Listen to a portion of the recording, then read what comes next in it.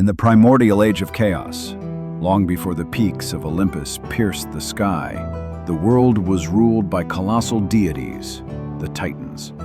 Among them, none held more power than Cronus, the god of time, the one who overthrew his own father, Uranus, to claim dominion over the universe. But Cronus's reign was not forged through mercy or wisdom. It was a dynasty steeped in blood, fear, and haunted by an ancient prophecy. From the moment he dethroned Uranus, a curse had been uttered. The son shall do unto the father as the father did unto his own. That prophecy, like a blade embedded in the mind, haunted Cronus each night. He could not sleep under the starlit sky, nor smile when looking into the eyes of the children he had sired. To Cronus, his offspring were not kin. They were seeds of rebellion, swords hanging above his neck by the thread of fate. Rhea, Cronus's wife, was a goddess of boundless compassion and vitality. She could not help but shudder whenever her husband's growls echoed through the palace at night, nor when his maddened gaze fell upon the cradle of their firstborn. When Hestia, their first child, let out her first cry, Rhea had hoped that life would bring warmth to the cold palace. But Cronus, without a word, without an expression, tore the infant from her arms, opened his mouth, a gaping, bottomless chasm, and swallowed his daughter whole before Rhea's eyes. There are no words to describe such anguish. Rhea screamed, but her voice was lost in the thunder of terror. One by one, each child that followed, Demeter, Hera, Hades, and Poseidon, met the same fate. With each birth, Rhea did not just lose a child, but a piece of her soul, torn away, fragment by fragment. Cronus felt no remorse. He believed his actions were righteous, a defense against destiny. He was the ruler of time, and no god, no oracle could change his future if he alone controlled it. The palace of Cronus, buried deep within the darkest strata of the heavens, was a realm cold not just from wind, but from the absence of laughter, of children's cries, of familial warmth. It was a place where time stood still, frozen by despair. Meanwhile, Rhea grew quiet. She no longer defied her husband, nor did she weep. But within her, a fire began to kindle. It was not the flame of hatred, but the final glimmer of maternal love, a desperate longing to save just one life. And then she became pregnant for the 6th time. From the moment she felt the heartbeat within her, Rhea knew she could no longer remain silent. She could not let this child vanish like the 5 before. This time, she would fight, not with weapons, but with wisdom and with love. On a moonless night, Rhea slipped away from the palace. She crossed jagged mountains, forded rivers of fire and wind. She sought out Gaia, the great Mother Earth, who had birthed both Titans and the world itself. Gaia listened to Rhea's tale with sorrow in her eyes. Then she reached down, touching the earth, where new life began to tremble. She said, "My daughter, time is a double-edged blade. Cronus struck his father with it, and now he fears it will strike him in return. But you can do something he never considered. Deceive time itself." Rhea nodded solemnly. The plan was set. A stone, smooth and heavy, would be wrapped in swaddling cloth. When the child was born, she would entrust him to Gaia, and Cronus would consume only an illusion. The night of labor came like a cold wind. In pain and desperation, Rhea gave birth to a baby boy. He did not cry like ordinary infants. His eyes opened, and a light flared in his pupils, a glimmer like lightning not yet formed. There was no time to linger. Gaia reached out, cradled the child, and vanished into the shadows. Rhea quickly wiped away her tears and gently wrapped the stone in cloth. When Cronus entered, his eyes filled with suspicion. But then he saw the swaddled bundle. Rhea held it up, as she had done so many times before, without a word. Cronus reached out, felt the weight, and then swallowed it whole. Not a sound, not a doubt. He turned his back and walked away, and from that moment on, fate began to shift. Far across the world, a small storm began to stir over the island of Crete, where a newborn god was being nursed by nymphs and a divine goat. A spark of lightning danced in his tiny hand, and the world would never be the same again. On the distant island of Crete, where the sea caresses silvered cliffs, where the forests whisper to the wind, and the sun pours honey onto wild grasslands, a small being was being nurtured in the arms of fate. Zeus, the youngest child of Rhea, the one who was not swallowed, the one who carried both Titan blood and the destiny to overthrow them. Gaia, Mother Earth, had taken Zeus to a secret cave on Mount Ida, a place no Titan soul could discover. It was a primeval sanctuary teeming with life, where the trees seemed to breathe for the first time, and sweet springs flowed through the heart of stone to meet the ocean breeze. Here, Zeus was not surrounded by thrones or power, but by the gentle hands of the nymphs and the divine goat, Amalthea. It was Amalthea, a creature half beast, half divine, who fed Zeus the sacred milk that forged the bold and mighty lifeblood of the god he would become. Zeus did not grow up like ordinary children.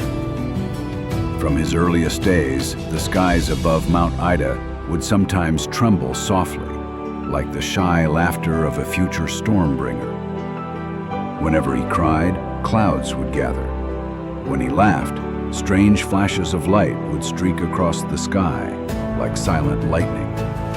His caretakers comforted him not only with affection, but with an unspoken reverence, as if they knew this small creature would one day tip the scales of the cosmos. But they never voiced such thoughts.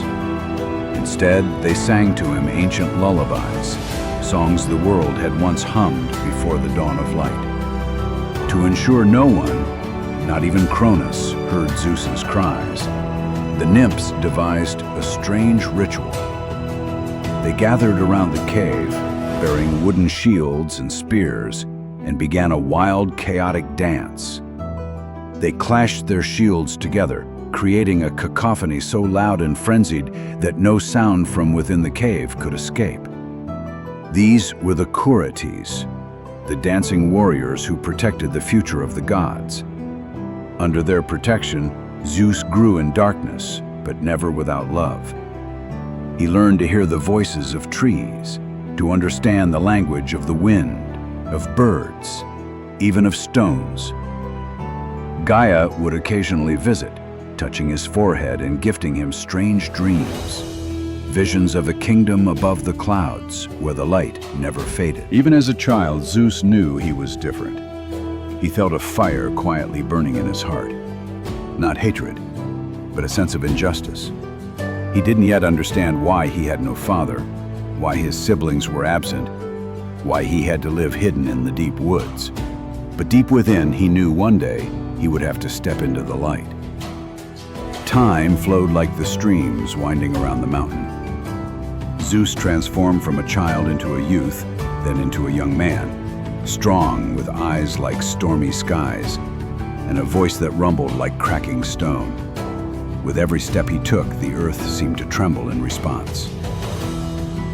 One night, as winds howled and dark clouds churned above Crete, Zeus dreamed of a figure.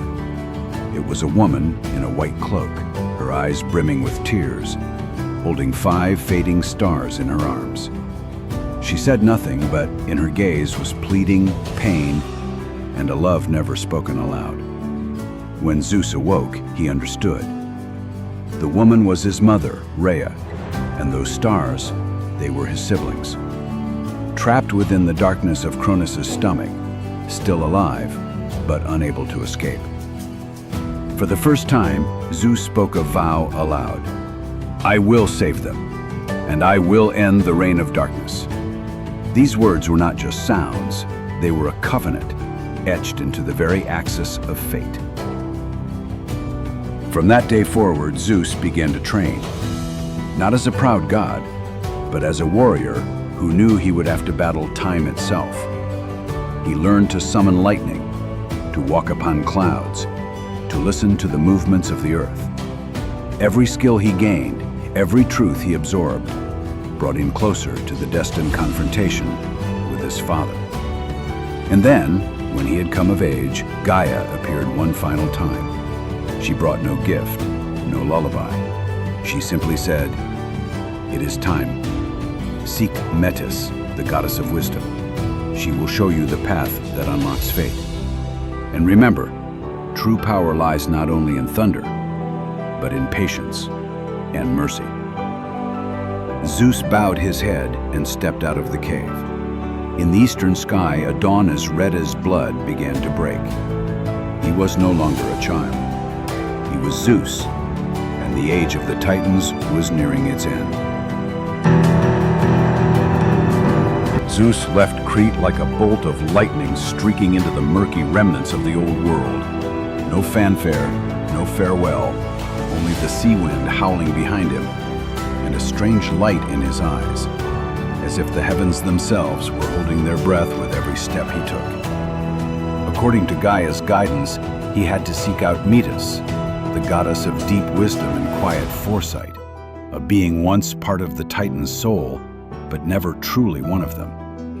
Metis lived hidden in underground streams, in the whispers of trees, in the stillness of thoughts not yet formed.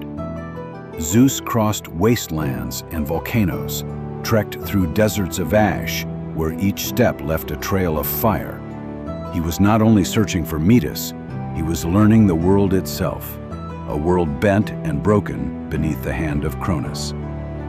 On his journey, Zeus witnessed the suffering of the small and forgotten, primitive humans trembling in fear, forest spirits caged in silence, rivers flowing off course as time itself warped beneath the Titan's rule. All of it whispered a silent plea for deliverance, yes, but not by brute force alone. Finally, in the heart of an ancient forest where sunlight never reached, Zeus discovered a living crystal cave, reflecting both memories and futures. Inside, Metis appeared, without warning, without sound, a silver figure with eyes as deep as time itself. "I've been waiting for you since before you knew how to speak your own name," Metis said. Her voice did not echo, yet the air seemed to pause. Zeus bowed, not out of weakness, but out of reverence. "I've come to find the path that will unseat the darkness." Metis smiled, not with joy, but with the knowing sorrow of one who has foreseen every wound to come. "You must meet a devourer of gods, not with strength, but with cunning. And wisdom is not only knowing, it is understanding that no victory comes without cost."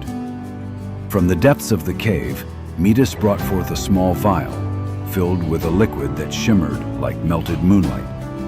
"This will force Cronus to vomit up what he's consumed, not through violence, but through the very deception he once used. But you will need timing and patience." Zeus took the vial. It was cold as ice, yet in his hand it felt like holding lightning before it strikes. Metis said nothing more. She simply placed a hand on Zeus's forehead. In that instant, he saw hundreds of paths before him: war, bloodshed, death, and the light at the end of it all. He did not flinch, for now he held both will and wisdom. Zeus left Metis's cave at night, but within him, dawn had already begun. He did not march straight to Mount Olympus, where Cronus reigned. No, he needed a plan. He needed allies. He sought Rhea first, the mother who had sacrificed everything. She met her son with eyes filled with pain and radiance. When Zeus told her the plan, she said nothing. She simply reached out and took his hand. That gesture carried the strength of every mother who'd had her child stolen. Every sorrow turned to sacred flame. Together, they returned to Cronus's realm, not with an army, but with an invitation. Rhea with calm grace, appeared before Cronus at a banquet and said she wished to reconcile, to see her husband one last time, to share a cup of peace. Cronus, suspicious yet blinded by arrogance, agreed. And within that cup was Metis' wisdom. Not long after draining it, Cronus clutched his stomach in agony. For the first time in his life, he felt truly out of control. And then, one by one, Hera, Demeter, Hades, Poseidon, and Hestia were expelled, like stars falling from the maw of a dark abyss. The young gods stood there, shaken but alive. They looked at Zeus with eyes still dazed, but sensing that something far greater than themselves had begun. And Zeus, gaze firm like a thunderhammer, whispered, "This is only the beginning. The war is yet to come. But this time, we choose the hour, not him." And the heavens and the earth began to tremble in earnest. Scene 4. Titanomachy, the War of the Immortals. After the young gods were freed from Cronus's grip, a heavy silence fell across the heavens. But it was not peace. It was the stillness before the storm.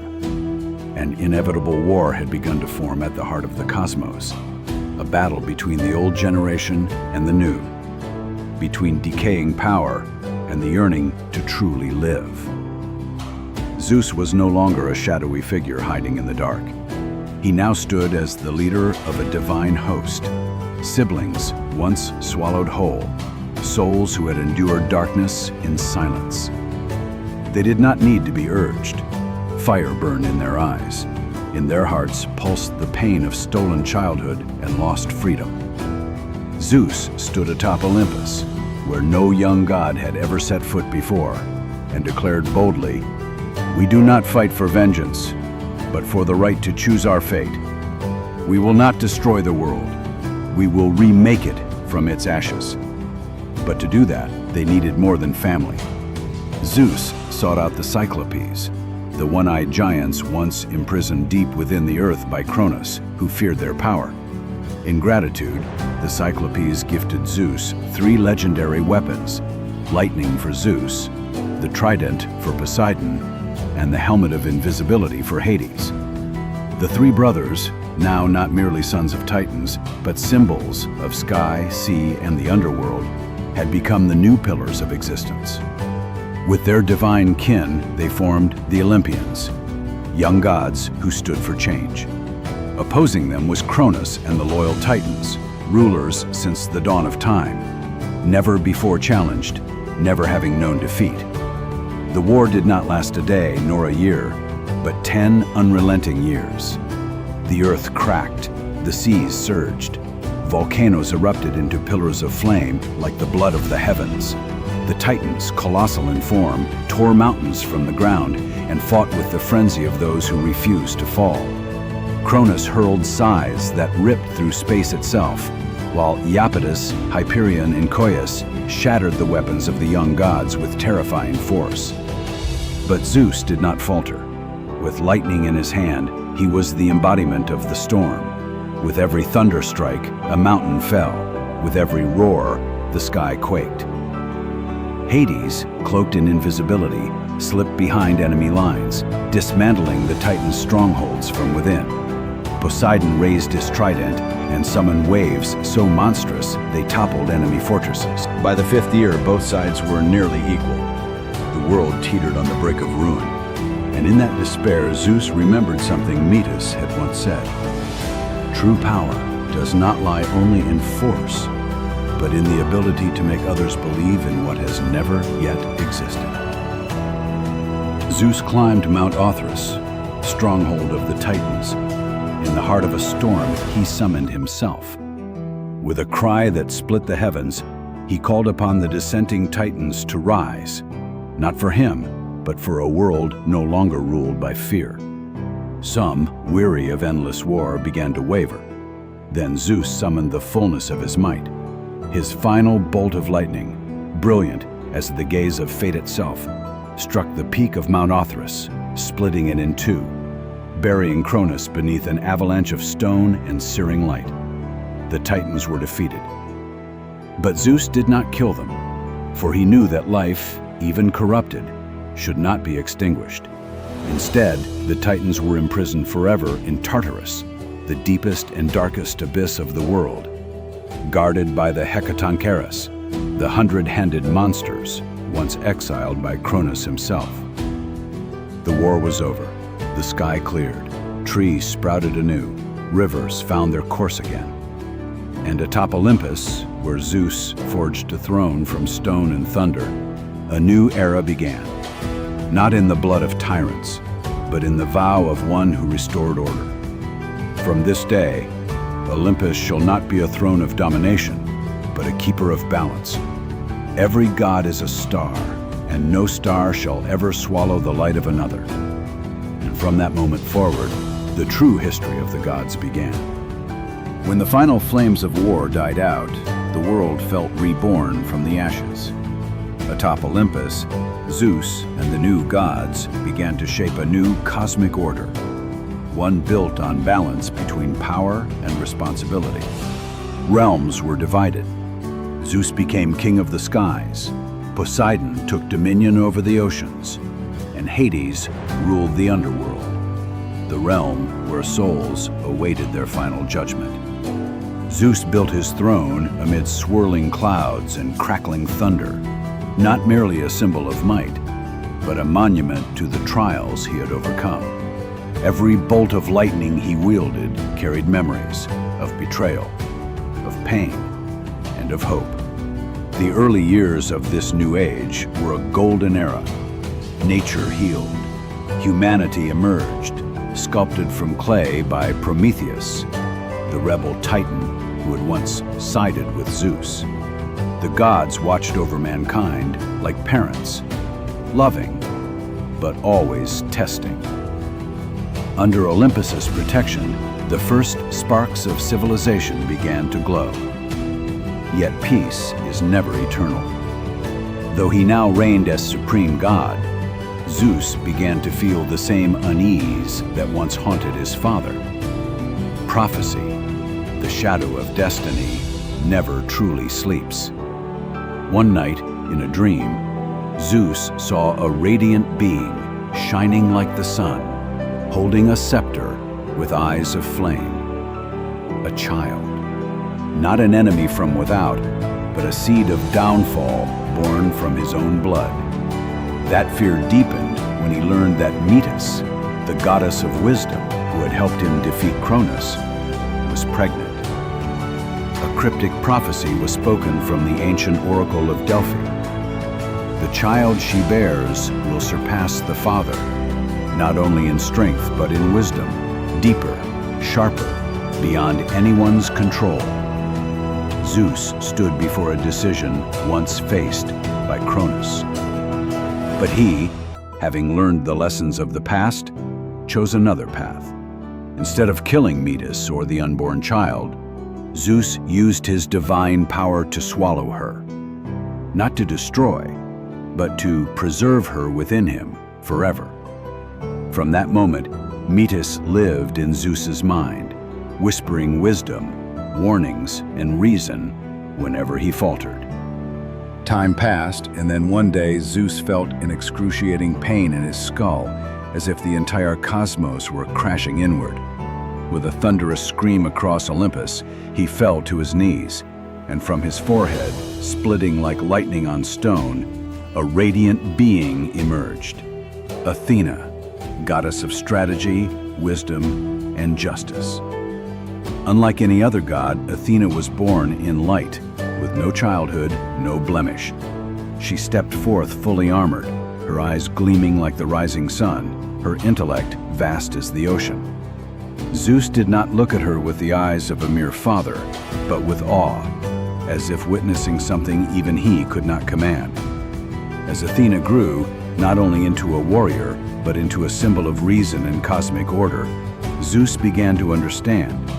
Prophecies are not always omens of doom. Sometimes they are the change the world needs. Still, in the deepest chamber of his soul, Zeus sensed a quiet stirring, like deep currents beneath calm seas. He had seen his father fall, undone by fear of being replaced. Now he stood at the edge of the same whirlpool. Greatness, he realized, was not in clinging to a throne, but in how one faces destiny when it knocks. And so Zeus, god of thunder, continued his reign with eyes fixed on the horizon, not to avoid the future, but to greet whatever came, whether it be light or storm. Because he understood, no god is immortal in the memory of time, except those who are humble before its flow. Zeus, though hailed as the supreme god and the architect of a new order after the Titan Age, was far from a flawless icon of justice. His heart, like the sky he ruled, was ever-changing, at times serene and radiant, at others consumed by storms. Above all, Zeus was a god of desire, of unrestrained passion, and that made his reign both wondrous and tragic. His affections were not limited to goddesses. He loved nymphs and even mortals. Each of his romances left a lasting imprint on both the divine and mortal worlds. Yet these affairs were not always poetic tales of love. Often they stemmed from possession, from power, and ended in suffering, for gods and mortals alike. One of Zeus's official wives was Hera, goddess of marriage and family, and also his sister. She had long stood as a symbol of fidelity and pride, yet it was Zeus, with his wandering, untamed heart, who transformed her into one of the most fearsome goddesses in mythology. Hera's jealousy was not weakness, but the fury of a woman betrayed again and again in the name of divine privilege. Zeus fathered countless children with various partners. Athena, born from his head, Apollo and Artemis, twins of the goddess Leto, Hermes, the cunning son of Maia, Dionysus, god of wine, born of the mortal Semele, and Heracles, the half-god hero, a symbol of suffering, redemption, and strength. Each child bore some fragment of Zeus's nature: strength, wisdom, cunning, but also impulsiveness, rebellion, and unpredictability. Zeus's love often invited Hera's wrath, and the consequences fell not just upon the women he loved, but upon their children. Semele was burned to ash when Zeus revealed his true form. Io was turned into a white cow, doomed to wander the earth. Leto was relentlessly pursued, forced to roam the world in agony before giving birth. And yet Zeus never ceased to love, nor to protect his children. He raised Dionysus to Olympus, made Heracles immortal, placed Athena beside his throne. But within all of this lay a constant tension between his role as king and his desires as a god unbound by mortal law. Zeus's passions fractured the unity of the divine realm and sowed chaos in the human one. The demigod heroes born from his unions, Perseus, Heracles, Achilles, were both hope and hazard to cosmic balance. Humanity began to question Olympus's fairness, and the gods themselves often clashed over the fates of Zeus's offspring. More than once, Zeus found himself mediating conflicts ignited by his own heart. Sometimes it was a dispute between Athena and Poseidon over dominion. Sometimes it was Hera's revenge, or the bitterness of abandoned children. Though he strove to preserve order, Zeus knew the greater the power, the farther its personal flaws would ripple. And so, from his thunderous throne, Zeus would sometimes fall silent, watching the mortal world through slashes of lightning across the sky. In those moments, he wondered, was he repeating Cronus's mistakes, not through brutality, but through indulgence? Was his love a blessing or a curse cast across generations? Still, Zeus reigned, not as a divine being untouched by fault, but as a king marked by contradiction. And perhaps it was this very nature, layered, conflicted, glorious yet flawed, that made him the most memorable god in Greek mythology. For Zeus was never the embodiment of perfection. He was the symbol of power in human form, radiant, majestic, and filled with shadow. After centuries under the rule of the gods of Olympus, humankind, once fragile beings molded from clay, slowly awakened in consciousness and desire. At first, they lived in reverence, praying at the feet of statues, offering sacrifices, building temples, and believing that every misfortune or fortune was the will of the heavens. But as the gods grew distant, as their rivalries, jealousies, and tragedies unfolded before mortal eyes, humanity's faith began to waver. They started to ask, why do the gods quarrel like mortals? Why is our fate ruled by beings full of desire and contradiction? Heroes born of both God and man, like Heracles, Perseus, or Achilles, though born of divine power, often stood with humanity, protecting them from injustice, even defying Olympus itself. They were bridges, but also sharpened spears, pointed at the heart of divinity. Through them, mankind learned that strength was not solely a gift from gods, but something forged by the will of mortals. Zeus watched it all from his throne, at times in silence, at times with fury. He saw mankind build cities, write their own laws, and even dared to deny the authority of the gods. Though thunder still roared in his grasp, he sensed something slipping beyond control, not through betrayal, but through the tide of history itself. Prometheus, once punished by Zeus for giving fire to mankind, was now revered as a savior. That fire, symbol of knowledge and freedom, had become humanity's greatest weapon, and no lightning could extinguish it. The new generation no longer looked to the heavens for answers, but within themselves, to the very earth beneath their feet, to the mountains they climbed with their own hands. The first philosophers arose. They did not pray, they pondered. They built not altars, but academies. And that was the clearest sign that the age of gods was fading into legend. Zeus did not rage. Instead, he felt a quiet sorrow, like a father watching his child grow up and leave home, no longer in need of sheltering arms. He understood that eternal power did not lie in ruling forever, but in leaving behind a legacy that could never be erased. And so Zeus and the gods did not vanish, but withdrew from the light. They lived on in myth, in poetry, in stone statues, in the first storms of the season, and in the hazy dreams of humankind. Olympus was no longer a place. It became a collective memory, a sacred era that history would never forget. The divine age did not end in war or thunder, but in the transformation of humanity, from dependent children to masters of their own fate.